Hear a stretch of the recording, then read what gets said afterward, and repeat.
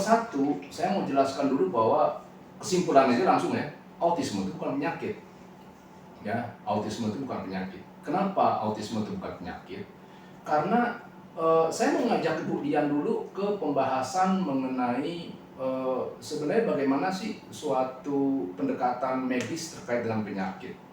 Penyakit itu artinya pendekatan medisnya itu artinya pertama harus ada simptomnya dulu. Simptomnya apa tuh? Ya kan, gejala apa yang membuat Anda tidak nyaman, apa gatal-gatal, apa panas atau apa gitu kan. Nah, simptom tersebut kemudian harus termanifestasi di dalam patologi. Patologi itu perubahan fisik apa yang muncul akibat daripada simptom tersebut. Misalnya sore throat, ya kemudian begitu buka mulut, oh ternyata amandelnya merah, jadi kan kelihatan tuh. Kalau udah ketemu patologinya, baru kemudian dicari artinya kausanya apa, berpikirnya kayak gitu. Jadi kalau kausanya apa, dokter mencari kan kausanya, bisa jadi ketemu satu, ketemu dua, atau multiple causes dan lain-lain gitu kan. Kalau udah ketemu itu, baru kemudian treatment. Treatment itu nanti akan ada dua. Ada treatment rasional yang nembak langsung ke permasalahan, apakah kasih antibiotik, kasih apa, itu urusan dokter. Atau pengobatan rasional yang sebatas meredakan simptomnya. Ya kayak empon-empon, jahe, dan lain-lain yang bikin badannya hangat dan lain-lain. Kurang lebih seperti itu. Kurang lebih itulah yang namanya pendekatan medis, cara medis melihat penyakit, kurang lebih kayak gitu. Nah, kalau seumpamanya autis gitu kan, berarti yang mau saya sampaikan berarti kan yang namanya penyakit itu pasti mesti harus ada awal dan harus ada akhir. Harus ada awal dan harus ada akhir. Nah, sementara kalau ada sakit, ada sembuh gitu ya, betul, pertama kali Anda kena dulu, kan pasti harus ada dong. Kayak misalnya kita kena COVID gitu kan, berarti kan ada awalnya kan, sebelumnya kita nggak kena COVID, dan kemudian kita recovery daripada COVID tersebut, seperti itu. Nah, sementara kalau pada autisme, ini adalah berbeda. Kenapa? Karena berbedanya itu ada beberapa hal yang bisa diberikan. Nomor satu itu adalah secara neuroanatomi, ya kan, artinya bentuk otaknya sendiri, secara fisik otaknya beda. Secara fisik otaknya beda. Jadi contohnya adalah yang paling ketara itu kalau Ibu Dian search ya, itu di cerebellum ya, itu ada yang namanya Purkinje cells. Nah, Purkinje cells itu erat kaitannya dengan koordinasi gerak.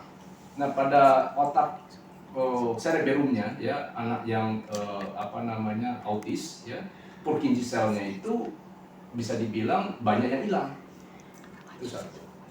Nomor dua, kita bisa lihat artiannya adalah terkait dengan keberadaan jenis neuron yang disebut sebagai mirror neuron, ya kan? Pada anak-anak autis itu keberadaan mirror neuron itu juga minim, bahkan tidak ada.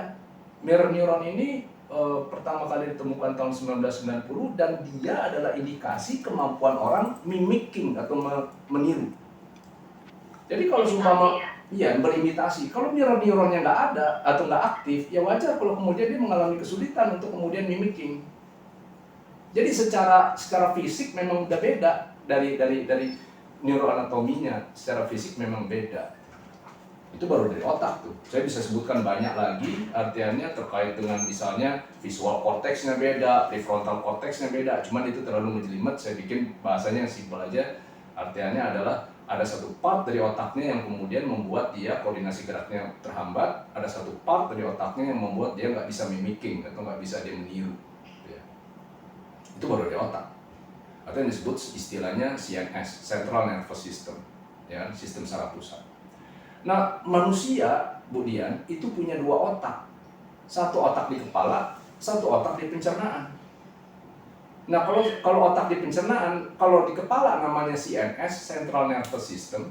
Kalau di pencernaan namanya INS, Enteric Nervous System. Nah, Enteric Nervous System itu jadi di saluran cerna kita itu juga ada neuron. Sel otak itu kan salah satunya adalah neuron. Nah, di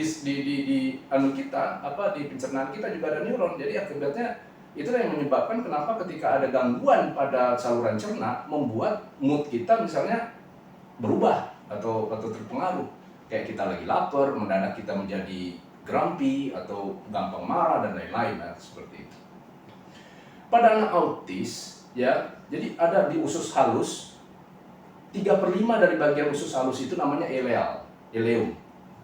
Nah, ada satu kondisi ya di sana itu yang disebut sebagai ileal lymphoid lymphoid eh, nodus hyperplasia, kurang lebih seperti itu namanya, LEA lymphoid hyperplasia. Susah ya namanya. LEA, jadi saya mau sampaikan artinya di 3/5 bagian usus halusnya, usus halus itu kan bagian yang berkenaan dengan penyerapan makanan, ya kan?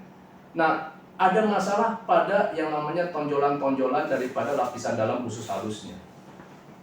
Jadi artinya ada terjadi perbesaran, ada terjadi apa istilahnya, yang berbeda daripada anak-anak non-autis. Jadi ada semacam kayak pembengkakan, di lapisan usus dalamnya. Itu juga bisa di-trace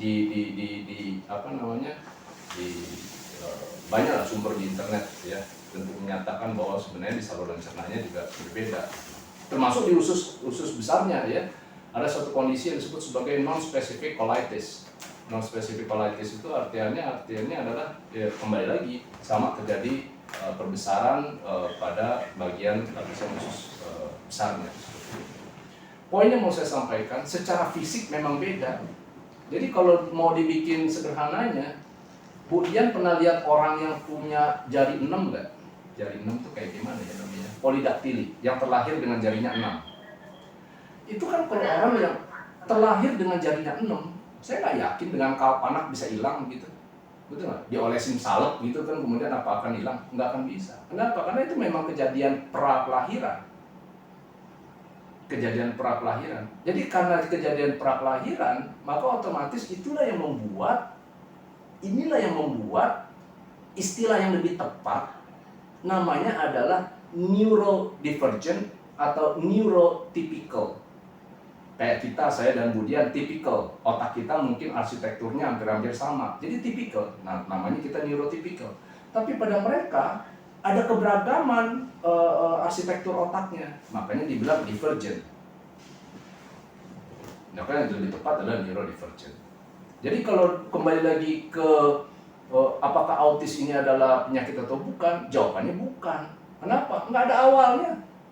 Dari dia lahir udah kayak begitu dan sampai nanti dia check out juga akan kayak begitu. Karena memang secara arsitektur otaknya berbeda. Seperti itu. Itu satu. Dan yang kedua, memang bukti kenyataannya artinya adalah secara neuroanatomi dan juga dari saluran cernanya juga berbeda. Kurang lebih seperti itu, Budian.